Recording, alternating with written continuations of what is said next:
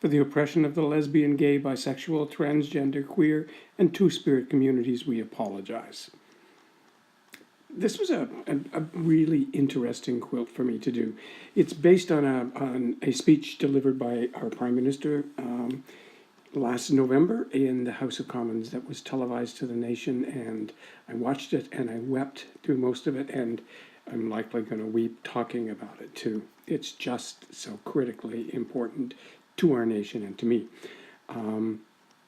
In that speech, he talked about so many things that impacted my life and made my life the way it was. And it was so personal and it was so sincere. And the fact that our Prime Minister also had to stop and hold back tears while he was delivering the message just kind of adds to it.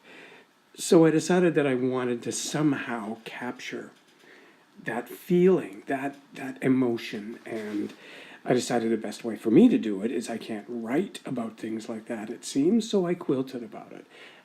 And I decided that I would use the text and make sure that the text was all there. So I had fabric made. I didn't have the technical skills with Photoshop, so I contacted Neil at Carbon Art and Design. He's a wonderful man, and he's truly one of my favorite people in the world. He just does so much good.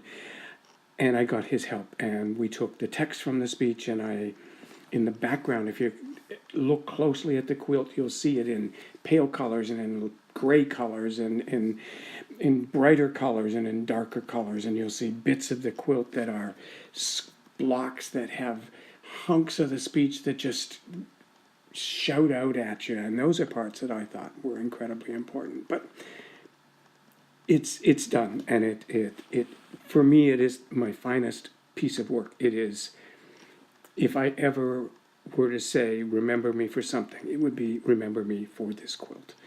And the last 3 lines in this quilt: we were wrong, we are sorry, and we will never let this happen again. To hear those lines spoken by the Prime Minister of your country, wow,